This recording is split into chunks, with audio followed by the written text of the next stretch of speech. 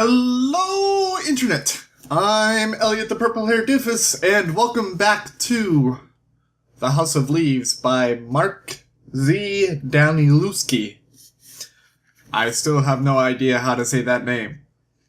If anyone knows, please tell me.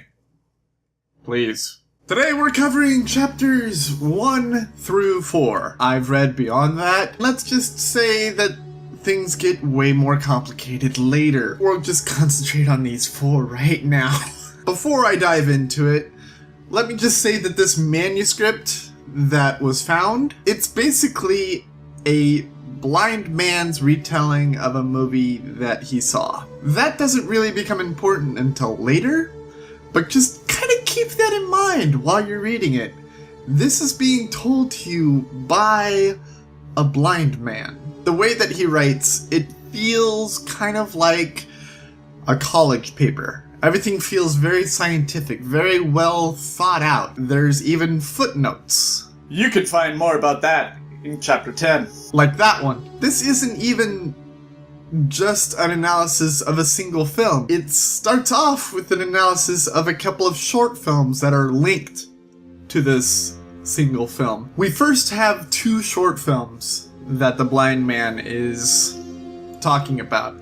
And these short films are more exploration of the house that is featured in the main film, the feature film. The short films are the 5-minute hallway, where the camera basically goes down this normal looking hallway, but it stretches on and keeps moving for 5 minutes. The incredibly creepy thing is it's in incredibly dark blackness that it's just moving forward. While I'm reading it, I'm reminded of this YouTube channel called Nightmind that does analysis of incredibly puzzling short films. If you've never heard of them, I will link to you somewhere. I'm also incredibly fortunate that I read the foreword, because the footnotes don't just cover the bibliography of this book, the fake bibliography of this book. The footnotes also cover Johnny, as he puts his own thoughts into the manuscript. Now, if I didn't mention it before, Johnny is the man that found the manuscript in the foreword. The one that I was telling you about who was going crazy? Yeah, that's Johnny. He's doing an incredibly bad job of editing this manuscript because he's trying to make his story as relevant as the story that I'm reading. It's irritating me. What it reminds me of is this old audio drama that I heard way back in the 90s. It was about Noah building a second ark while you're listening to this very funny story about Noah building a second ark, who was voiced by Tim Curry, the amazing Tim Curry. It kept on getting interrupted by an internet signal of 2 kids who were exploring this website. Now, the difference between that audio drama and this is that I was way more interested in the 2 kids than I was in the actual Noah's Ark story, whereas this, I'm far more interested in the Navison report, which is the movie that the blind man is transcribing, than Johnny's incredibly boring life. He is just... So far, his life is just... I'll let him talk about it. Whatever the hell that mess meant. I mean, really. Let me tell you about my life. I'm Johnny, the person that found the manuscript. And I'm totally going to fuck up your reading experience. I mean, seriously, I have no reason to tell you this. There's nothing coherent about what I'm saying. I mean, I guess I'm somewhat coherent, but there's no reason for me to be here right now telling you this. It's just garbage. The first chapter just kind of sets up the movie itself, and it lets you know that the movie is actually 2 different movies combined to make one. It's kind of like a found footage film, only it's got like 5 different cameras, and One of them is just the everyday life of this family who is moving into a home. And then the other version is people sitting down in front of a camera and doing vlogs about their life. And it sounds very boring at the beginning. It's just, oh, the family moved into the home and everything is very mundane and we're just setting up our beautiful tapestry. And you're just sort of like, why am I reading this again? What's going on? And then the chapter ends and you're just kind of like, well, maybe that's just kind of setting up the characters. While you're reading this in-depth analysis of a film seen by a blind man. Before you go on, did I tell you that my water heater broke? Had a cold shower today. Went out and hit on women. In the sleaziest way possible. Yeah, my friend Lude and I. That's all we do, is we go to bars and we hit on women. Really, no reason for you to know that. I just thought I'd tell you because, well, I'm editing this manuscript and I want to put myself into the story even though I don't belong. Continue reading. That happens. Then we come back to the film where it is discussing, I don't want to say sexual tension, it's more problems in the household between Navy, or Navidson, and Karen, his wife, who are the couple that are moving in, how they are no longer as madly in love as they used to be. So chapter 3 starts, and then I'm gonna tell women's stories to hit on them, and I'm going to become, for lack of a better phrase, a bullshit artist. I mean, I'm gonna tell shitty stories that make no sense. Yeah. I really say a lot of words, for some reason. It's not like you're reading anything important anyways about some family moving into a house that's expanding on the inside.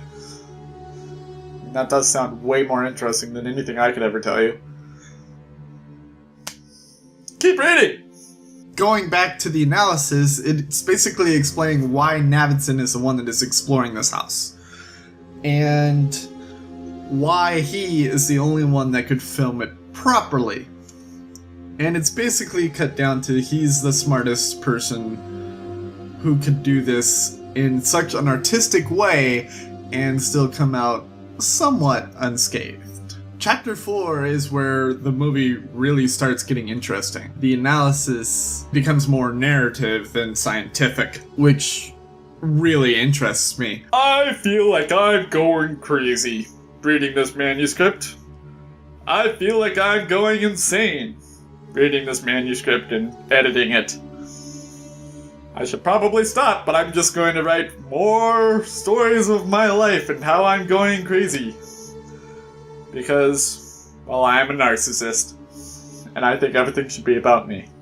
Chapter 4 is where you find out that there is something wrong with the house. They're looking over, moving boxes and everything, and they're finding something strange about the room measurements. Navidson actually measures the inside of the house, and you find that the inside is actually bigger than the outside. That's right, people! This family has moved into a TARDIS! Yes! There was this one little bit in that last section that doesn't really belong. I mean, I suppose you could put it there, but this is probably the most on topic I'll ever be. The rest of my work is just gonna be, garbage about my life that you don't need to know. Keep reading! Navidson is very concerned about this, so he calls in his twin brother, Tom, to look it over because Tom is a carpenter. Have I told you about my friend Lude? He was the one that introduced me to the manuscript. He was the one that dragged me into that house full of gross, nasty stuff. And, helped me find this manuscript. What a loon.